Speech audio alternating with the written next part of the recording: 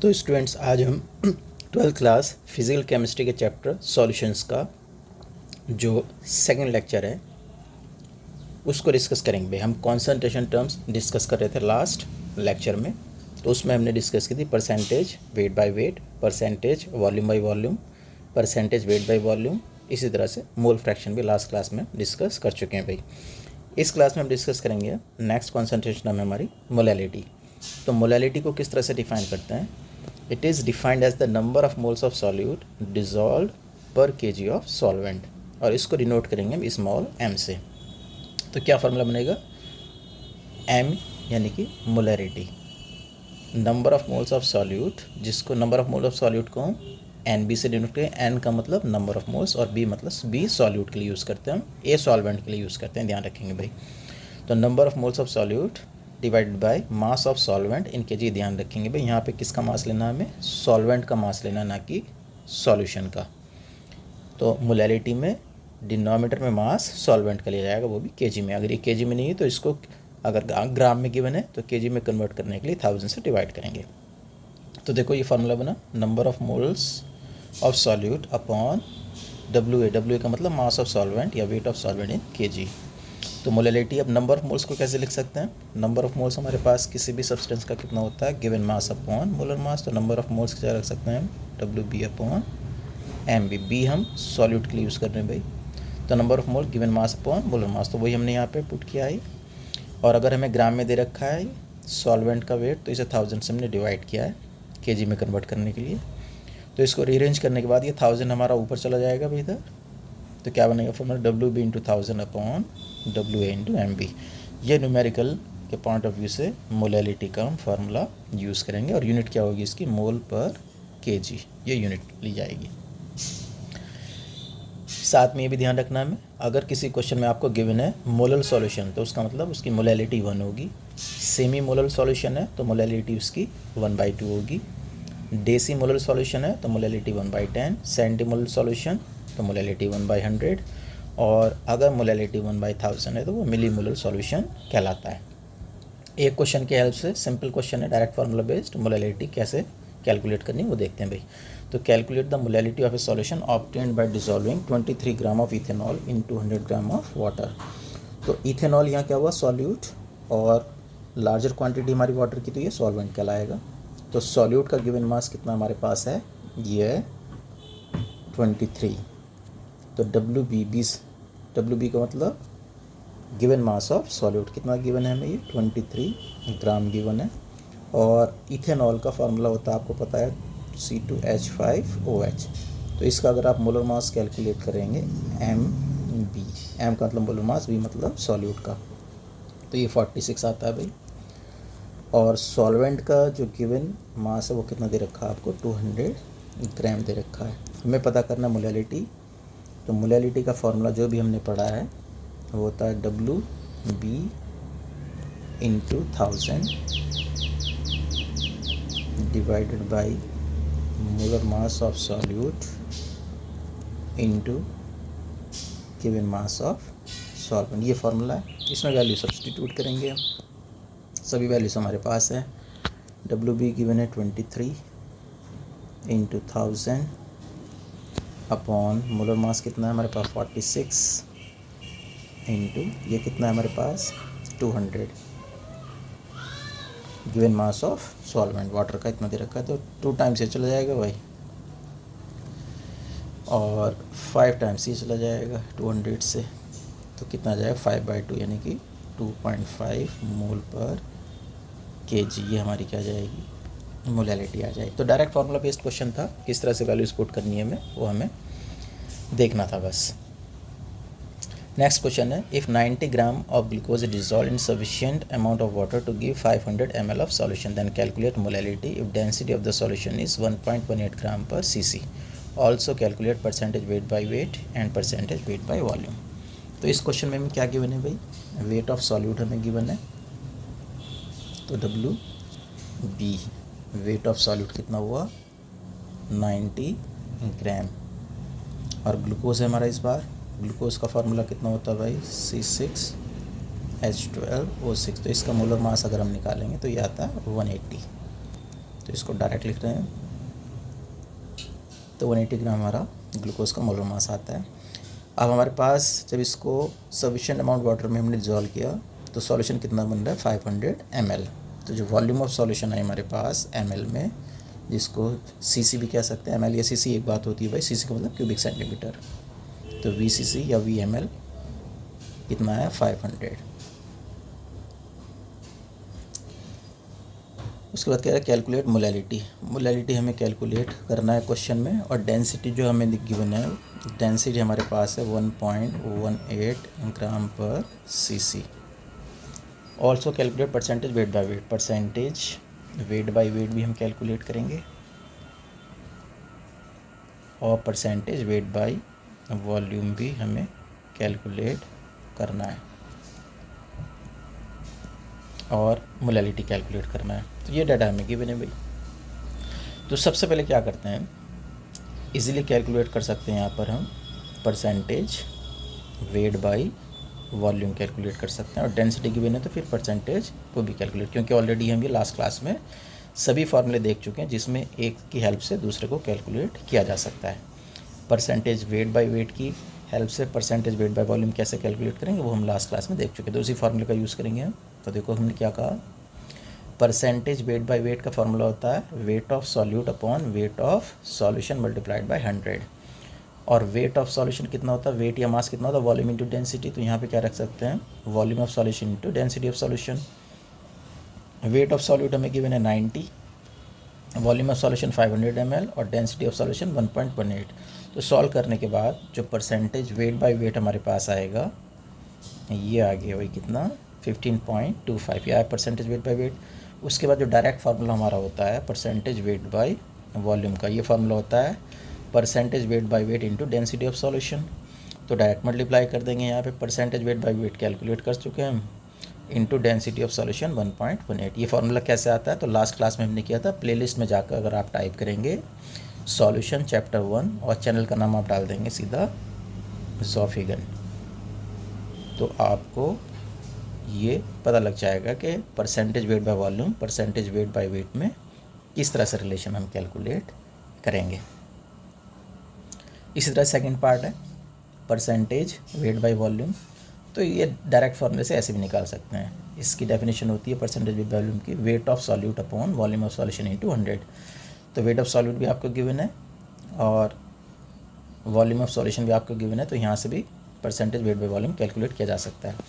Next बात कर रहे हैं हम मोलैलिटी की। तो मोलैलिटी का फॉर्मूला होता है अभी जो हमने किया था पीछे, WB into 1000 upon MB into WA। तो WA क्या होता है यहाँ पे, ये होता है मास ऑफ सॉल्वेंट। अब मास ऑफ सॉल्वेंट कितना होगा हमें पता है, किसी भी सॉल्यूशन में दो कंपोनेंट होते भाई। तो सॉल्यूशन की अगर हम बात करें तो सॉल्यूशन होता है हमारे पास सॉल्वेंट प्लस सॉल्यूट। तो अगर आप वेट ऑफ सॉल्यूशन कहेंगे तो इसका मतलब weight of solvent plus wait of solute. तो वेट ऑफ सॉल्वेंट अगर आपको पता करना है और वेट ऑफ सॉल्यूशन आपको गिवन है तो कितना हो जाएगा, ये इतना हो जाएगा। यानी वेट ऑफ सॉल्यूशन से अगर आप वेट ऑफ सॉल्यूट माइनस करेंगे तो क्या मिल जाएगा, वेट ऑफ सॉल्वेंट मिल जाएगा। ये सॉल्वेंट का वेट है, ये सॉल्यूशन का वेट है, और ये किसका है, सॉल्यूट का। तो सॉल्यूशन में से अगर आप सॉल्यूट को माइनस करेंगे तो सॉल्वेंट मिल जाएगा। तो वही हमने यहाँ पे किया है। देखो ये हमारे पास वेट ऑफ सॉल्वेंट है, तो वेट ऑफ सॉल्वेंट कितना हो जाएगा यहाँ पे, wait of solution minus weight of solute.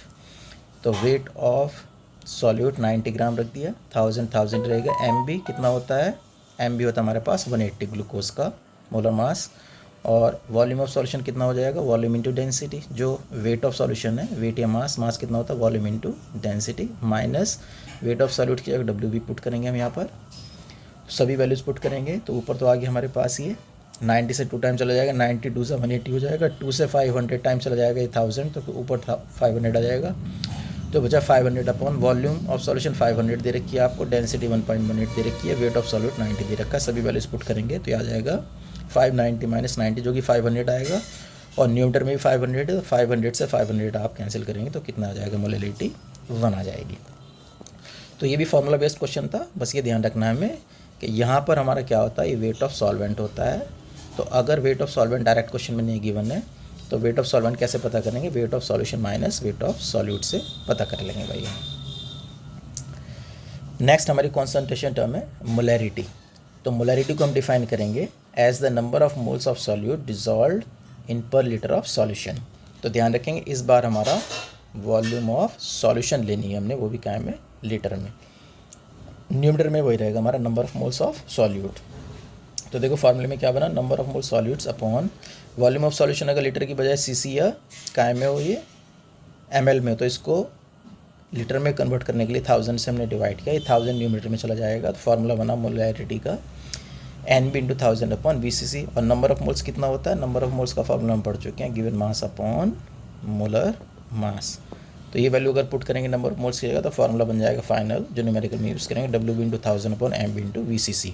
WB given mass of solute होता है, ग्राम में होगा generally. MB molar mass of solute, ये भी ग्राम में लेते हैं। और VCC volume of solution in cubic centimetre या फिर ml, एक ही बात है भाई। अब देखो ये फार्मूला कैसे बना हमारा, यहाँ पे हमारा क्या है, ये WB इंटू 100, यहाँ पे 1000 था तो इस 1000 से क्या ले लिया हमने, 100 अलग कर लिया, 10 अलग कर लिया है। तो 100 अलग और ये 10 यहाँ पे अलग कर लिया। और नीचे क्या था हमारा VCC, तो ये VC से अलग कर लिए, MB अलग लिख लेंगे ये। तो इस MB को हम अलग ले गए। और इसको अलग क्यों किया, क्योंकि ये वाला जो टर्म आपको दिखाई दे रहा है ये क्या होता है हमारा, ये बन जाएगा परसेंटेज वेट बाय वॉल्यूम। तो मोलैरिटी है ये, तो मोलैरिटी कितना हो गया, molarity is equal to percentage weight by volume into 10 upon MB। इसका एडवांटेज क्या होगा कि परसेंटेज वेट बाय वॉल्यूम अगर आपको गिवन है तो डायरेक्ट आप मोलैरिटी कैलकुलेट कर सकते हैं, क्योंकि जनरली हमें सॉल्यूट देगा तो सॉल्यूट का मोलर मास में पता होता है भाई। इस तरह से percentage weight by volume into 10 ये क्या होता है, स्ट्रेंथ ऑफ सॉल्यूशन होता है। एस का मतलब क्या है यहाँ पे, स्ट्रेंथ। तो यहाँ से ऐसे भी लिख सकते हैं, इसकी जगह हम लिखते हैं percentage weight by volume into 10, दिखाई दे रहा होगा आपको ये। इसकी जगह हम क्या करें, ये पूरा जो दिखाई दे रहा है यहाँ पर ये क्या बन जाएगा, स्ट्रेंथ बन जाएगा। तो मोलैरिटी कितना हो जाएगा, S अपॉन MB भी लिख सकते हैं। और यहाँ पर जो ये फार्मूला लिखा आपने, ये वाला फार्मूला, इस फार्मूले में क्या है, ये परसेंटेज वेट बाय वॉल्यूम है। तो परसेंटेज वेट बाय वॉल्यूम की जगह क्या यूज़ कर सकते हैं हम, ये यूज़ कर सकते हैं percentage weight by weight into density of solution. तो इस फार्मूले में ये जो फार्मूला है, इस फार्मूले में अगर आप परसेंटेज वेट बाय वॉल्यूम की ये वैल्यू पुट करें, ये वाली, तो फार्मूला फिर ये बन जाएगा। तो molarity equal to percentage weight by weight into density of solution into 10 upon MB। तो ये फार्मूला कब यूज़ करेंगे, जब percentage weight by weight given हो। और ये फार्मूला कब यूज़ करेंगे, जब percentage weight by volume given हो। तो ये फार्मूले डिपेंड करते हैं क्या आपको क्वेश्चन में गिवन है। अब एक क्वेश्चन की हेल्प से समझते हैं। A solution contains 252 gram of nitric acid per litre of solution at 35 degree से कैलकुलेट इट्स मोलैरिटी। तो यहाँ पे सबसे पहले हमें देखना है क्या क्या गिवन है। तो 252 ग्राम ऑफ नाइट्रिक एसिड हमें गिवन है। तो ये हो गया हमारे पास वेट ऑफ सॉल्यूट, WB से डिनोट करेंगे भाई, कितना 252 ग्राम। ये नाइट्रिक एसिड हुआ। नाइट्रिक एसिड का जो मोलर मास होता है वो कैलकुलेट कर सकते हैं आप, ये आता हमारा 63। तो 63 मोलर मास हुआ नाइट्रिक एसिड का। टेम्परेचर का यहाँ पे कोई रोल नहीं है, टेम्परेचर बताया गया किस टेम्परेचर पर आपको सॉल्यूशन गिवन है ये। उसके बाद पर लीटर ऑफ सॉल्यूशन, तो वॉल्यूम कितनी होगी इस बार हमारी, डायरेक्ट लीटर में दे रखी है, तो 1 लीटर। तो फॉर्मूला क्या है मोलैरिटी का, मोलैरिटी होता है number of moles of solute volume of solution in litre, ये फार्मूला होता है। और नंबर ऑफ मोल्स क्या होता है, WB अपॉन MB। और यहाँ पे वॉल्यूम अगर लीटर में दे रखी है तो लीटर में रखेंगे भाई आप। तो WB कितना हमारे पास 252 अपॉन MB कितना होता है 63, और वॉल्यूम कितनी है 1 लीटर है हमारे पास। तो इससे डिवाइड करें कितना 4 टाइम्स चला जाएगा इससे। तो मोलैरिटी कितनी आएगी, मोल पर लीटर इसकी यूनिट होती है। तो मोलैरिटी कितनी है हमारे पास 4 मोल पर लीटर। डायरेक्ट फार्मूले से भी कर सकते थे। डायरेक्ट फार्मूला क्या होता है भाई हमारे पास, WB into 1000 upon MB into VCC। तो इसमें वॉल्यूम को इस बार CC में कन्वर्ट करना होगा। तो WB की जगह वही रखेंगे हम 252, 1000 की जगह हम 1000 रखेंगे, MB की जगह हमें 63 रखना होगा। और वॉल्यूम हमें 1 लीटर गिवन है, तो 1 लीटर का मतलब CC में कन्वर्ट करेंगे 1000 आ जाएगा। 1000 कैंसिल, ये फिर 4 टाइम जाएगा, आंसर फिर वह आएगा। तो किसी मेथड से आप कर सकते हैं भाई, जो आपको सही लगता हो। नेक्स्ट क्वेश्चन की बात करेंगे, relationship between molality and mole fraction. तो मोलैलिटी को हम स्मॉल m से डिनोट करते हैं और मोल फ्रैक्शन को x से डिनोट करते हैं। तो इनके बीच में देखो फॉर्मूला निकालना चाह रहे हैं। तो हमें पता है मोलैलिटी का फार्मूला क्या होता है, WB into 1000 upon MB into WA। अभी पढ़ा था हमने मोलैलिटी का ये फार्मूला। इस फार्मूले में क्या कर रहे हैं, यहाँ पर ये जो टर्म है हमारी WA, यहाँ पे MA से डिवाइड कर रहे हैं और MA से मल्टीप्लाइड कर रहे हैं यहाँ पर डिनोमिनेटर में। तो क्या बनेगा, हमें पता है WA अपॉन MA क्या हो जाएगा, number of moles of solvent, जिसे Na से डिनोट करेंगे। तो WA अपॉन MA ये होता है नंबर ऑफ मोल्स। तो वो लिख लिया हमने यहाँ पर। तो ये बन चुका हमारा Na, बाकी वैसा का वैसे रहेगा ये। तो ये हमारे पास बन गया भाई। इसके बाद नेक्स्ट बात करेंगे हम, जो हमारा ये NB है। अब दोनों टर्म को, न्यूमरेटर को भी और डिनोमिनेटर को, किससे हम डिवाइड कर रहे हैं, Na प्लस NB से। तो यहाँ भी हमने डिवाइड किया Na प्लस NB से और डिनोमिनेटर में डिवाइड किया Na प्लस NB से। तो ये हो गया number of moles of solute upon total number of moles. तो ये बन जाएगा मोल फ्रैक्शन ऑफ सॉल्यूट। और डिनोमिनेटर में number of moles of solvent upon total number of moles, ये बन जाएगा मोल फ्रैक्शन ऑफ सॉल्वेंट। तो सॉल्यूट को XB से डिनोट करेंगे और जो मोल फ्रैक्शन है सॉल्वेंट का उसको X से डिनोट करेंगे। तो ये फार्मूला हमारा बन गया। और ये भी हमें पता है कि XA प्लस XB कितना होता है भाई, 1 होता है। तो XA की जगह कितना लिख सकते हैं हम, 1 माइनस XB भी लिख सकते हैं। तो वही हमने लिखा है, XA की जगह क्या लिख दें यहाँ पर, 1 माइनस XB। तो ये रिलेशन हो गया, relationship between molality and mole fraction. तो इस फॉर्मूले को यूज़ करके हम क्या कैलकुलेट कर सकते हैं भाई, हम कैलकुलेट कर सकते हैं कि अगर मोलैलिटी गिवन है तो मोल फ्रैक्शन, और मोल फ्रैक्शन गिवन है तो मोलैलिटी इजीली कैलकुलेट कर सकते हैं। जैसे क्वेश्चन की हेल्प से देखेंगे। क्वेश्चन में कहा if mole fraction of urea is 0.4 then calculate molality of the solution. तो यूरिया का मोल फ्रैक्शन आपको गिवन है, तो आप कहेंगे मोल फ्रैक्शन ऑफ यूरिया कितना, 0.4। और ये सॉल्यूट है हमारा, तो इसको XB से भी डिनोट कर सकते हैं आप। Calculate the molality of the solution. तो मोलैलिटी में अभी ये फार्मूला देखा हमने, क्या फार्मूला था भाई, जो रिलेशनशिप है। तो molality is equal to XB into 1000 divided by 1 minus XB into molar mass of solvent. ये फार्मूला है भाई जो हमने भी डराइव किया था। तो इस फार्मूले में हमें क्या दे रखा है, XB दे रखा है। तो XB की वैल्यू रखेंगे आप 0.4 into 1000, 1 minus 0.4 into MA। Molar mass कितना होता है, मोलर मास होता है यूरिया का 60 होता है भाई। यूरिया का फार्मूला होता है NH2CO NH2। तो यहाँ से फार्मूला अगर मोलर मास इसका कैलकुलेट करें कितना आता है, 60 आता है।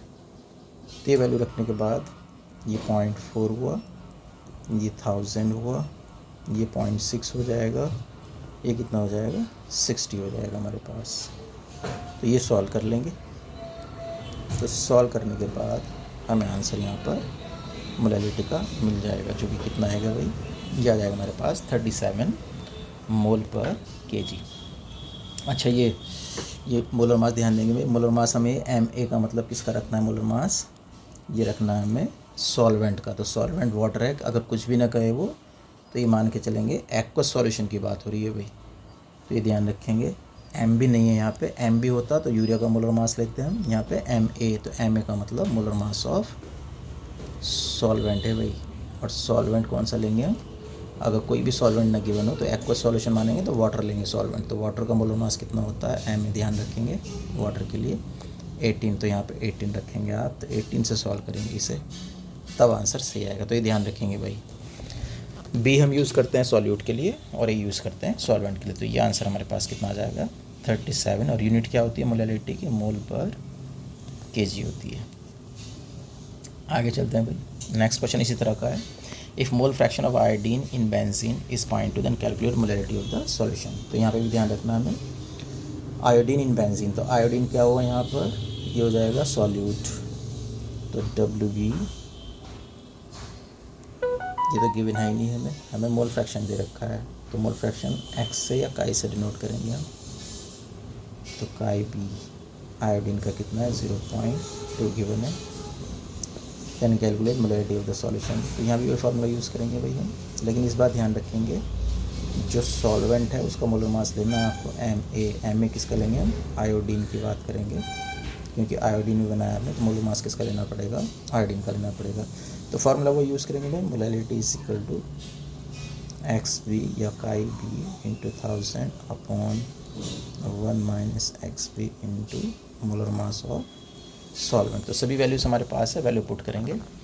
आयोडीन का जो मोलर मास होता है किसका, बेंजीन है भाई, ये ध्यान देंगे, mole fraction iodine in benzene, तो बेंजीन हमारे पास क्या है, सॉल्वेंट है, बेंजीन। फॉर्मूला क्या होता है बेंजीन का, C6H6। तो इसका आप मोलर मास निकालें कितना आता है, 72 आता है भाई, क्योंकि 12 होता कार्बन का, 78 आएगा 6 हाइड्रोजन का। तो ये हो जाएगा हमारे पास 72 प्लस 6, 72 हो जाएगा कार्बन का और 6 हो जाएगा हाइड्रोजन का, तो 78 आ जाएगा ये। तो रख देंगे वैल्यू भाई, तो 0.2 इंटू 1000 अपॉन 1 माइनस 0.8 आ जाएगा और ये 78 आ जाएगा। इसे सॉल्व करेंगे, तो सॉल्व करने के बाद ये कितना आएगा हमारा, ये आ जाएगा 3.20। तो 3.20 यूनिट वही होती है मोल पर केजी। तो ये फार्मूला इसलिए बहुत यूज़फुल है भाई, अगर मोल फ्रैक्शन गिवन है तो मोलैलिटी डायरेक्ट कैलकुलेट कर सकते हैं, मोलैलिटी गिवन है तो मोल फ्रैक्शन बहुत इजीली कैलकुलेट किया जा सकता है। नेक्स्ट क्वेश्चन हमारे पास, an aqueous solution contains 25% weight by weight of calcium carbonate solution. If density of solution is 1.25 gram per cc, then calculate molarity and percentage weight by volume. तो जो last formula हमने discuss किया उसी के basis पे question होगा भाई, इसको कर लेंगे बिल्कुल इसी तरह से। परसेंटेज वेट बाई वेट आपको दे रखा है, मोलर मास कैल्शियम कार्बोनेट का 100 होता है, डेंसिटी ऑफ सॉल्यूशन आपको गिवन है, तो मोलैरिटी का फार्मूला डायरेक्ट लगा देंगे, percentage weight by wait into density of solution into 10/mb। अभी हमने पीछे फार्मूला डिराइव किया था, ये सभी वैल्यू गिवन है तो डायरेक्ट यहाँ से मोलैरिटी आ जाएगी। इसी तरह से नेक्स्ट क्वेश्चन है, 45 ग्राम of glucose dissolve in 500 ml of water, calculate molarity. ये सीधा फार्मूला बेस्ड क्वेश्चन है, तो इसे भी आप अपने आप सॉल्व करेंगे भाई। नेक्स्ट है, calculate molarity of H2SO4 solution which contains 98% wait by weight of H2SO4 and density of solution is इतना। तो यहाँ पे मोलैरिटी पता करनी है, परसेंटेज वेट बाई वेट, तो ये भी डायरेक्ट फार्मूला बेस्ड क्वेश्चन है। मोलैरिटी कितना होता है, percentage weight by wait, density of solution 10/mb। सभी वैल्यूज़ हमारे पास हैं, सारी वैल्यूज़ रख देंगे। जो मोलर मास होता है हमारे पास H2SO4 का वो कितना होता है, 98 होता है, तो डायरेक्ट हमारा आंसर आ जाएगा भाई। उसके बाद बात करेंगे हम relationship between molality and molarity. Molality small m से डिनोट करते हैं, मोलैरिटी कैपिटल M से। तो ये जो रिलेशन होता है ये होता है density of solution is equal to capital M क्या है, मोलैरिटी, और ब्रैकेट में क्या है, mb/1000 + 1/m। mb क्या है यहाँ पे, ये होता है मोलर मास ऑफ सॉल्यूट, और ये m क्या है यहाँ पे, ये मोलैलिटी होता है। तो किस सिंबल का क्या मीनिंग है, ये मीनिंग आपको ध्यान रखना, ये मोलैलिटी है, ये हमारे पास मोलैरिटी है, और ये मोलर मास ऑफ सॉल्यूट है।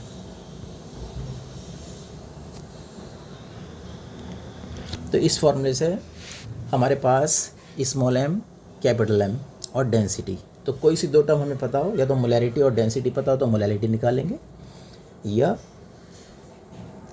डेंसिटी ऑफ सॉल्यूशन मोलैलिटी पता हो तो मोलैरिटी कैलकुलेट कर सकते हैं भाई। कैसे, वो क्वेश्चन के से पता लगेगा। देखो क्वेश्चन देखते हैं, calculate molarity of 3 molar NaCl solution if its density is 1.25।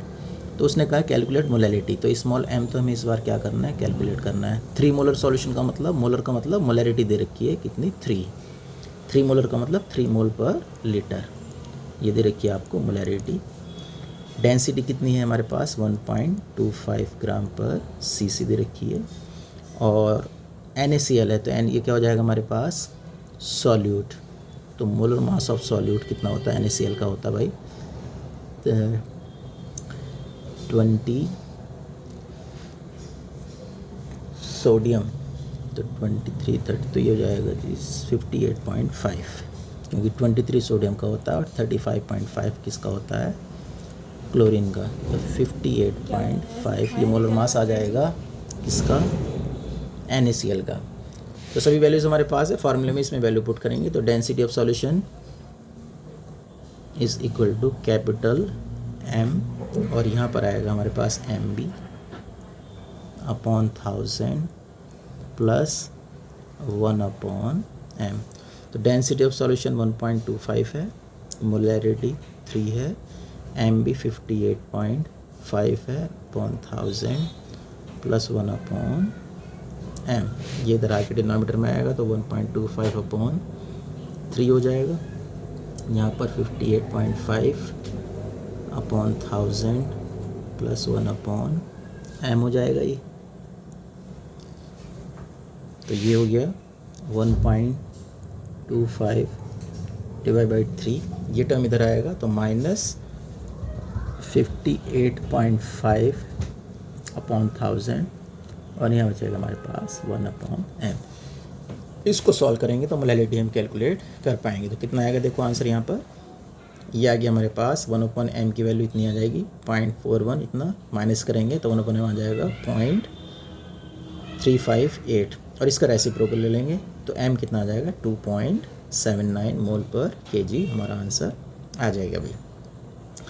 Next concentration term हमारे पास पार्ट्स पर मिलियन, तो ppm भी बोलते हैं इसको शॉर्ट में। तो पार्ट्स पर मिलियन में कॉन्सेंट्रेशन वहाँ पे यूज़ की जाएगी अगर किसी सॉल्यूशन में कोई सॉल्यूट या कोई इम्प्योरिटी बहुत स्मॉल क्वांटिटी में हो। तो डिफाइन कैसे करेंगे, the mass of solute dissolve in 1 millionth part of a solution is defined as ppm।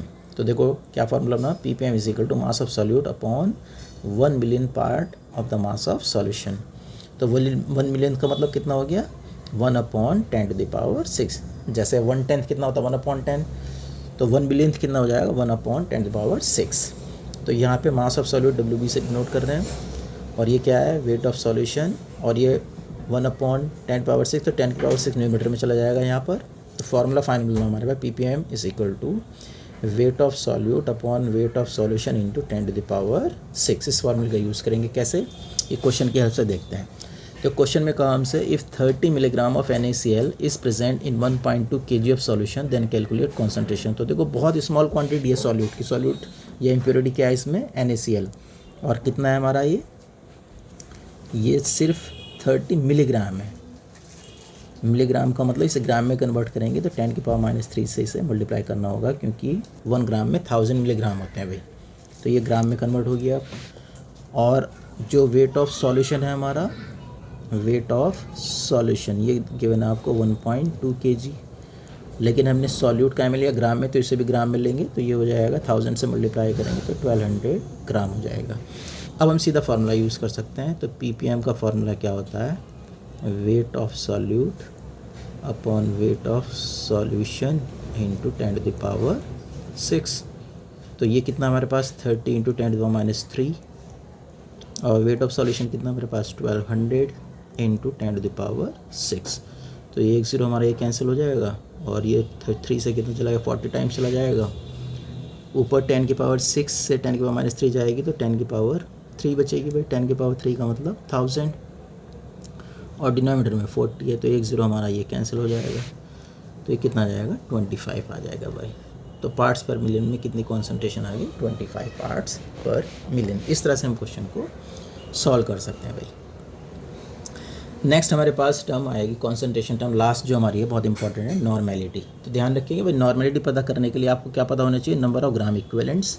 Number of gram equivalent पता होने के लिए आपको इक्विवेलेंट वेट पता होना चाहिए, और इक्विवेलेंट वेट पता करने के लिए आपको पहले क्या पता होना चाहिए, एन फैक्टर। तो सबसे पहले हम बात करेंगे एन फैक्टर की, क्योंकि जब तक आपको एन फैक्टर या वैलेंसी फैक्टर, जिसको एफ फैक्टर भी बोलते हैं, जब तक ये नहीं पता होगा तब तक आप इक्विवेलेंट वेट पता नहीं कर सकते, और जब तक इक्विवेलेंट वेट पता नहीं होगा तब तक आप नंबर ऑफ ग्राम इक्विवेलेंट पता नहीं कर सकते, और नंबर ऑफ ग्राम इक्विवेलेंट का कॉन्सेप्ट आपको नहीं पता है तो फिर आप नॉर्मेलिटी भी कैलकुलेट नहीं कर सकते। तो हम कहाँ से शुरू करेंगे भाई, एन फैक्टर से शुरू करेंगे। एन फैक्टर क्या होता है, किस तरह से इसको पता करेंगे किसी भी गिवन कंपाउंड या सब्सटेंस के लिए। तो देखो भाई, डिफरेंट केस में एन फैक्टर कैसे पता करेंगे। तो सबसे पहले हम बात कर रहे हैं फॉर एलिमेंट्स। तो एलिमेंट्स के लिए एन फैक्टर कितना होता है, जितना उस एलिमेंट की वैलेंसी होती है। तो जैसे लिथियम है, लिथियम की वैलेंसी 1 होती है, इसमें प्लस माइनस से मतलब नहीं है भाई, वैलेंसी से मतलब है सिर्फ उसकी वैल्यू कितनी है।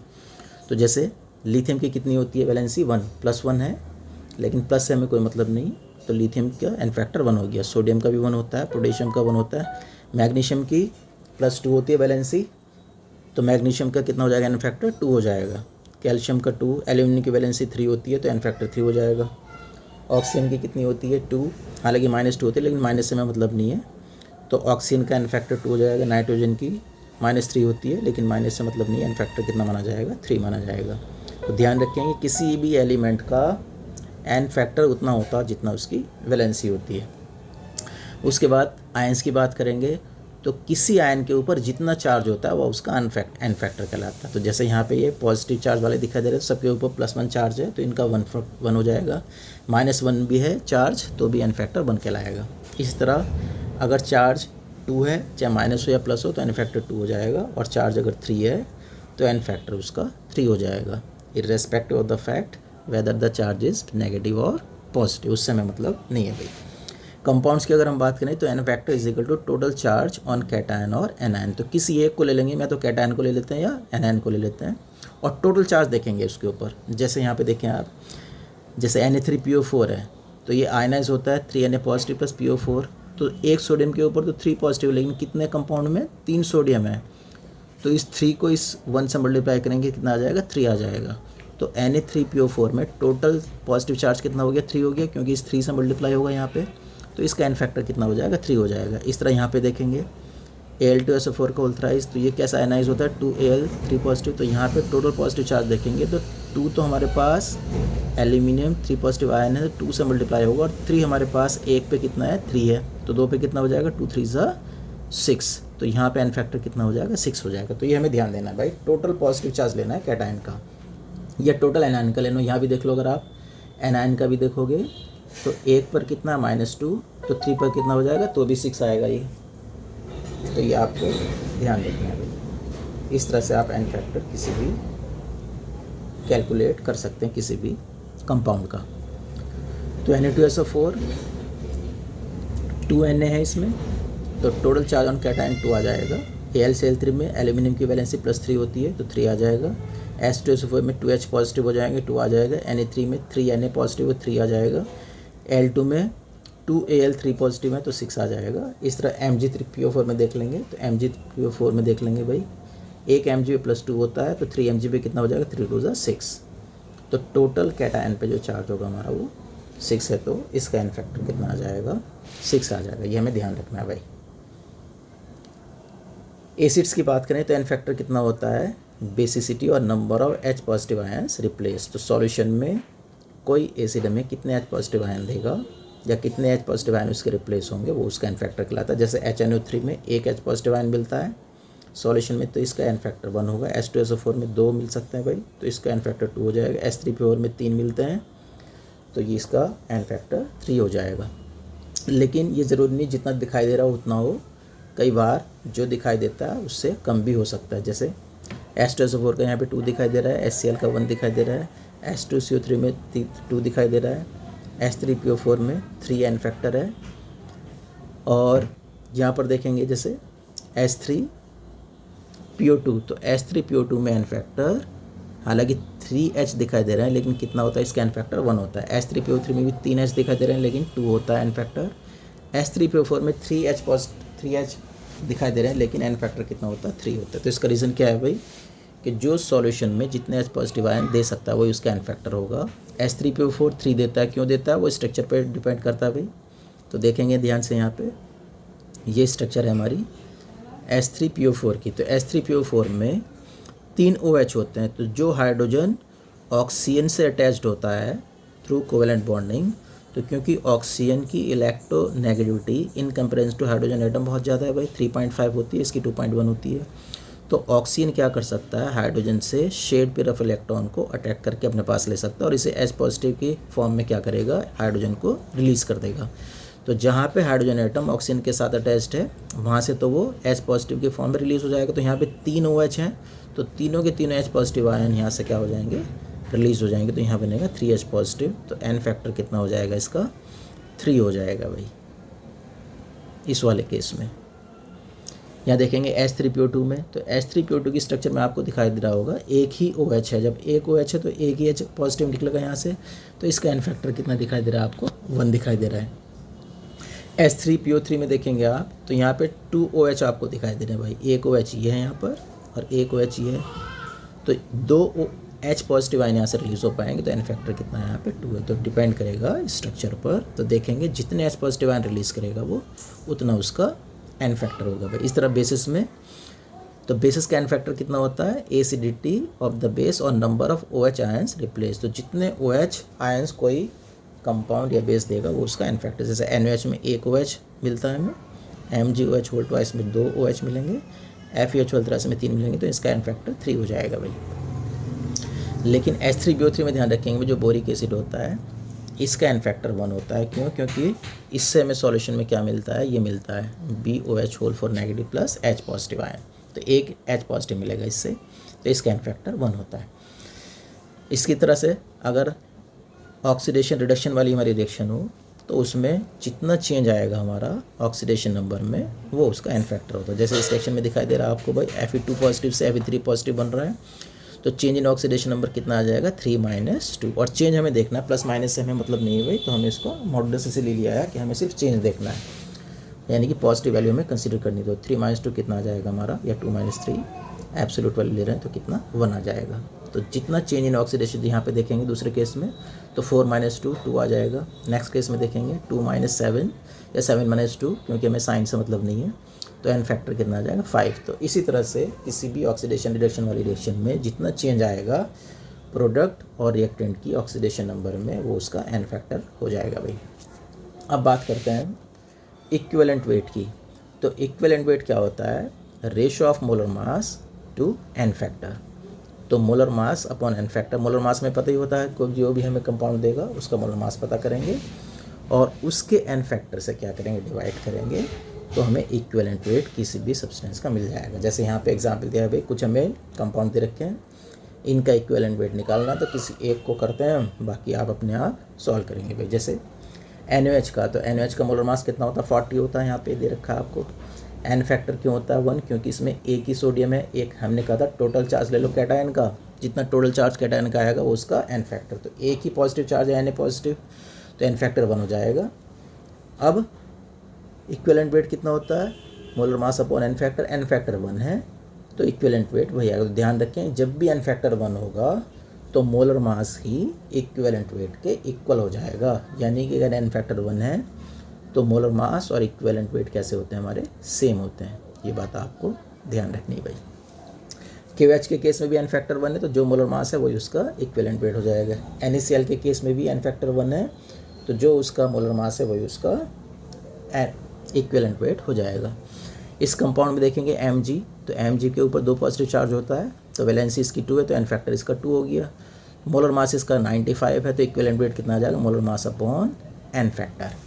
तो किसी भी कंपाउंड का आप इस तरह से क्या निकाल सकते हैं भाई, इक्विवेलेंट वेट कैलकुलेट कर सकते हैं molar mass upon N factor से। तो ये इक्विवेलेंट वेट वाला कॉन्सेप्ट हुआ। नेक्स्ट चलता है हम नंबर ऑफ ग्राम इक्विवेलेंट। तो नंबर ऑफ ग्राम इक्विवेलेंट का फॉर्मूला क्या होता है, जैसे नंबर ऑफ मोल्स का फॉर्मूला हम पहले पढ़ चुके हैं, कितना given mass upon molar mass. तो यहाँ पे नंबर ऑफ ग्राम इक्विवेलेंट में क्या करेंगे हम, given mass upon equivalent weight. Number of moles में हम डिनोमिनेटर में क्या लेते थे मोलर मास, लेकिन यहाँ पे हम डिनोमिनेटर में क्या लेंगे इक्विवेलेंट वेट।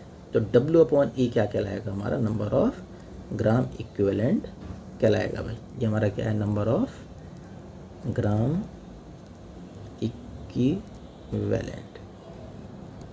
तो ध्यान रखेंगे भाई W/E को नंबर ऑफ ग्राम इक्विवेलेंट कहा जाता है। अब यहाँ से देखो रिलेशन क्या है हमारा ये, तो नंबर ऑफ ग्राम इक्विवेलेंट कितना है W/E, और E कितना होता है इक्विवेलेंट वेट, अभी हमने पता कर किया है पीछे। इक्विवेलेंट वेट कितना होता है molar mass upon N factor, तो इक्विवेलेंट वेट की जगह क्या रख दिया हमने molar mass upon N factor.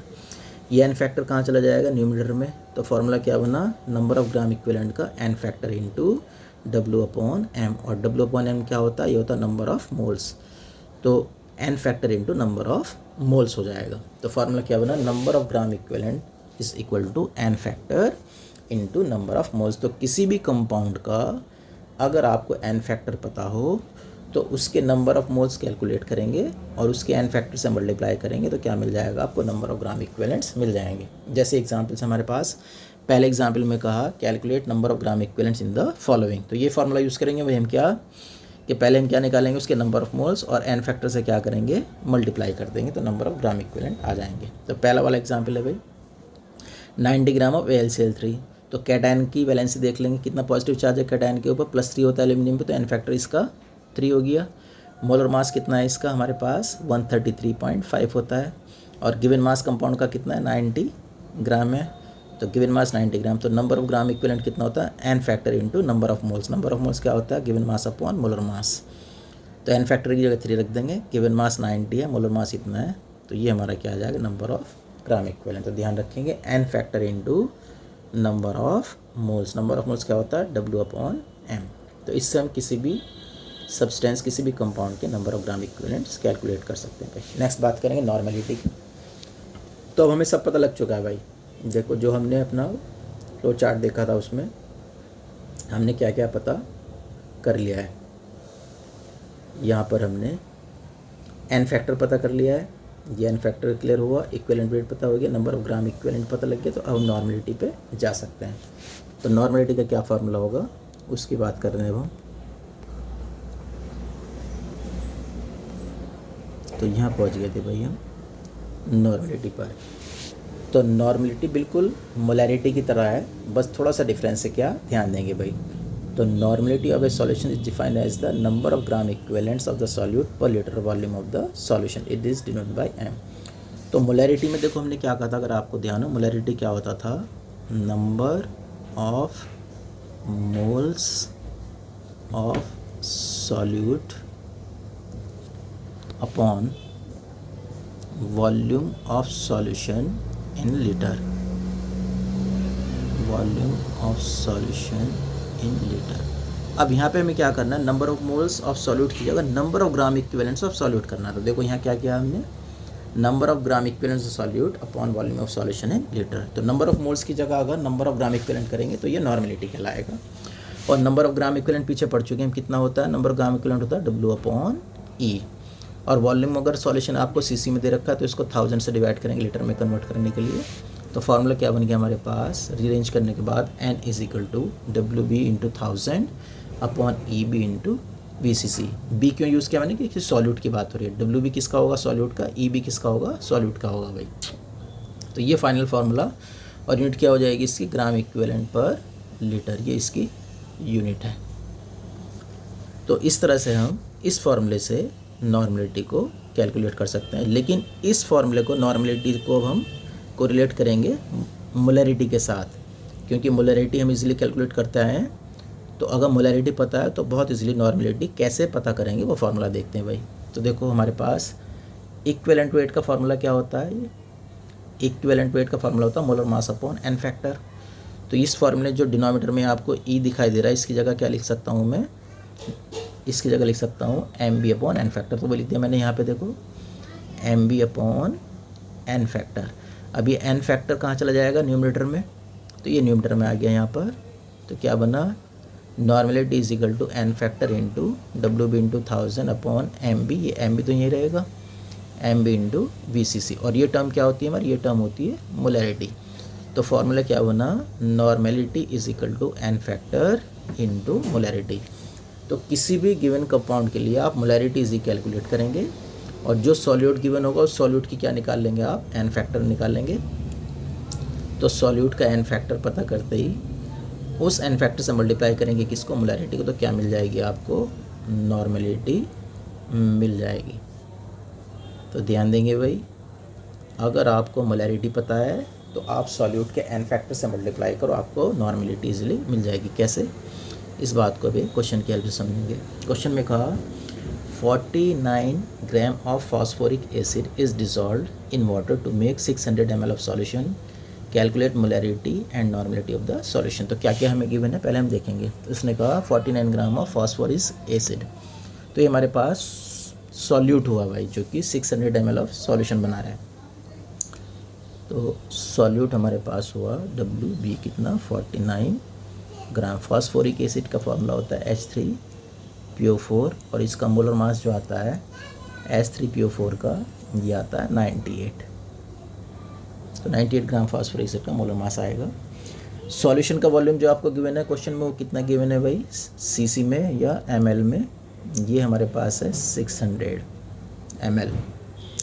Calculate molarity, तो मोलैरिटी बहुत इजी कैलकुलेट कर सकते हैं, फार्मूला में पता है मोलैरिटी कितना होता है हमारे पास, डायरेक्ट फार्मूला यूज़ कर रहे हैं। तो ये होता है WB into 1000 upon MB into VCC, ये सॉल्यूट के लिए, सॉल्यूट के लिए, और ये वॉल्यूम ऑफ सॉल्यूशन है लीटर। सभी वैल्यूज़ हमारे पास हैं भाई। तो 49 इंटू 1000 अपॉन MB 98 होता है फॉस्फोरिक एसिड के लिए। वॉल्यूम ऑफ सॉल्यूशन हमें 600 ml दे रखा है। ये 2 टाइम्स चला जाएगा 49 से, ये 2 0 हमारे यहाँ पे कैंसिल हो जाएंगे। तो 10/6 का मतलब कितना आ जाएगा 5/3। ये आ गई हमारे पास मोलैरिटी, काय में आती है, मोल पर लीटर में आती है मोलैरिटी, ये भी आप ध्यान रखेंगे। अब हमें निकालनी है नॉर्मलिटी। नॉर्मलिटी का फॉर्मूला हमने क्या देखा था अभी, n factor multiplied by molarity. Molarity हम ऑलरेडी कैलकुलेट कर चुके हैं। तो n फैक्टर कितना होता है, H3PO4 का भी पीछे देखा था हमने, H3PO4 का n फैक्टर होता है 3। तो यहाँ पे रखेंगे आप 3, ये हो जाएगा 5/3, 3 से 3 कैंसिल, तो 5 यूनिट क्या होती है, ग्राम इक्विवेलेंट पर लीटर। तो इस तरह से आप बहुत इजीली नॉर्मलिटी को कैलकुलेट कर सकते हैं अगर आपको डायरेक्ट फार्मूला पता है कि नॉर्मलिटी और मोलैरिटी में क्या रिलेशन होता है, और n फैक्टर निकालने का मेथड भी आपको आता है भाई। तो इस तरह से क्वेश्चन इजीली सॉल्व कर पाएंगे। तो सभी देखो कॉन्सेंट्रेशन टर्म हम डिस्कस कर चुके हैं, टोटल 8 कॉन्सेंट्रेशन टर्म हमारे सिलेबस में, परसेंटेज वेट बाई वेट, इसी तरह से मोल फ्रैक्शन, मोलैरिटी, पार्ट्स पर मिलियन, ये 4 कॉन्सेंट्रेशन टर्म हमारी मास बेस्ड कहलाती हैं, और 4 हमारी कहलाती है वॉल्यूम बेस्ड। वो कौन कौन सी हैं, percentage volume by volume, percentage weight by volume, molarity and normality. तो सभी कॉन्सेंट्रेशन टर्म और उन पर बेस्ड सभी तरह के न्यूमेरिकल्स हम ऑलरेडी देख चुके हैं भाई। एक बार फार्मूला फिर देखते हैं। देखो, नंबर ऑफ ग्राम इक्विवेलेंट का फार्मूला है given mass upon equivalent weight. इसी तरह से इस फार्मूले को इस फॉर्म में भी कन्वर्ट कर सकते हैं कि number of gram equivalent is equal to n factor into W/m। W/m क्या होता है, नंबर ऑफ मोल्स। तो इस फॉर्म में भी इस फार्मूले को लिखा जा सकता है, number of gram equivalent is equal to n factor into number of moles. इसी तरह नॉर्मलिटी का फार्मूला होता है number of gram equivalent of solute upon volume of solution in litre. तो एक तो नॉर्मलिटी का ये फार्मूला बन जाएगा डायरेक्ट, अगर इक्विवेलेंट वेट आपको पता है, या फिर इस फॉर्म में कन्वर्ट करेंगे n factor normality is equal to n factor into molarity. अब ये कुछ क्वेश्चन आपको गिवन है, calculate the number of gram equivalent. तो नंबर ऑफ ग्राम इक्विवेलेंट का सीधा सीधा फार्मूला आपको पता है भाई क्या होता है, नंबर ऑफ ग्राम इक्विवेलेंट का फार्मूला जो हमने लिखा था पीछे भी, उसी फार्मूले से आप कर लेंगे। ये फार्मूला है देखो, नंबर ऑफ ग्राम इक्विवेलेंट का n factor into number of moles. तो इस फार्मूले से करेंगे आप, number of gram equivalent is equal to n factor into number of moles. तो इस फॉर्मूले से आप इसको कैलकुलेट कर, जैसे पहला पार्ट अगर हम देखें फर्स्ट पार्ट में, तो H2SO4 का n फैक्टर कितना होता है भाई, 2 होता है। तो n फैक्टर 2 रख देंगे। नंबर ऑफ मोल्स कैसे निकालते हैं हम, given mass upon molar mass. तो गिवन मास कितना दे रखा है आपको 49, मोलर मास H2SO4 का कितना होता है 98। तो ये 2 टाइम्स चला जाएगा, इससे 2 से 2 कैंसिल हो जाएगा, तो नंबर ऑफ ग्राम इक्विवेलेंट कितना आ जाएंगे 1। इसी तरह से सभी पार्ट आप इसके इजीली कर सकते हैं भाई। नेक्स्ट हमारे पास find normality of NaOH solution when 2 gram of NaOH present in 800 ml of solution. ये भी सीधा फार्मूला बेस्ड क्वेश्चन है भाई। तो सभी कुछ इसमें दे रखा है, NaOH यहाँ पे सॉल्यूट है, और वाटर क्या ले लेंगे यहाँ पे आप, सॉल्वेंट ले लेंगे। अगर कुछ भी ना गिवन हो तो एक्वस सॉल्यूशन हमेशा हम कंसिडर करके चलते हैं भाई। तो WB यानी वेट ऑफ सॉल्यूट 2 ग्राम हो जाएगा, मोलर मास NaOH का 40 होता है। तो इसको इसलिए डायरेक्ट फार्मूला बेस्ड है, नॉर्मलिटी कितना हो जाएगा WB into 1000 upon EB into VCC। और ये ध्यान देंगे जब भी n फैक्टर 1 होता है तो इक्विवेलेंट वेट या मोलर मास इक्वल हो जाता है भाई। तो ये देखो यहाँ पे लिखा भी हमने, इक्विवेलेंट वेट और मोलर मास कितना है, इक्वल होगा, क्योंकि n फैक्टर 1 है। तो डायरेक्ट फार्मूले में वैल्यू हम सब्सटीट्यूट कर देंगे, आंसर हमारा आ जाएगा भाई। इसी तरह से नेक्स्ट क्वेश्चन है calculate the normality and molarity of the following. तो ये सभी पार्ट भी इसी तरह से आप डायरेक्ट फार्मूला बेस्ड है भाई, आप इजीली इनको सॉल्व कर सकते हैं। तो सभी कॉन्सेंट्रेशन हमारी कंप्लीट हो चुकी है भाई। सॉल्यूशन चैप्टर में जितनी भी हैं सब पे बेस्ड न्यूमेरिकल्स भी हमने किए हैं। नेक्स्ट लेक्चर में हम डिस्कस करेंगे Henry's law and Raoult's law उसके बारे में, और इस पे बेस्ड जितने भी न्यूमेरिकल्स हैं उनके बारे में डिस्कस किया जाएगा। तो वीडियो अगर आपको पसंद आया तो आप इसको चैनल को क्या करेंगे, सब्सक्राइब करेंगे, और जितना ज़्यादा वीडियो को शेयर कर सकते हैं शेयर करें भाई, लाइक करें, चैनल को सपोर्ट करें। तो नेक्स्ट लेक्चर में फिर आपसे मिलते हैं।